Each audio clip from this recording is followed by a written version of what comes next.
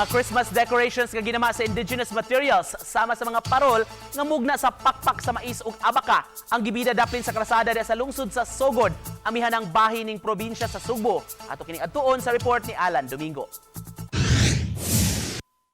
Sa daplin sa kalsada sa Barangay Liki, lungsod sa Sugod, naglinya kini mga gagmayng tindahan diin nakadisplay ang mablukong dayan-dayan sa Pasko.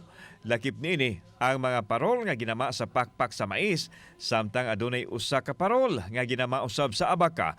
Ang presyo mag-agad lang sa gidakon, adunay 100 pesos, adunay say 400 pesos. Mamahimo pang mahangyo.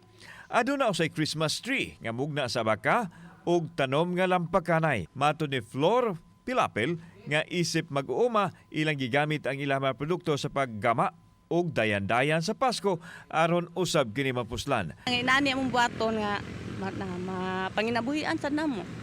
Okay, pila na katuig inyong panginabuhi? Dugay-dugay na sir mga 2013. Mao kini ang nahimong panginabuhian sa mga mulupyo diin kung mahuman na ang Pasko aduna usab sila'y produkto nga mugna gihapon sa abaka, uway, lampakanay ug uban pa. Sama sa lampshades, basket, furniture ug ubang mga gamit sa balay.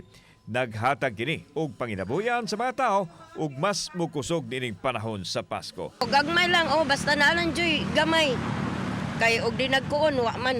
Bulungtad ba niya yung lagi yung mga Christmas tree, yung mga parol inani bulungtad ba na? Mo kuan sir. Kauban si Godfrey Relien, ako si Alan Domingo. GMA Regional TV Live.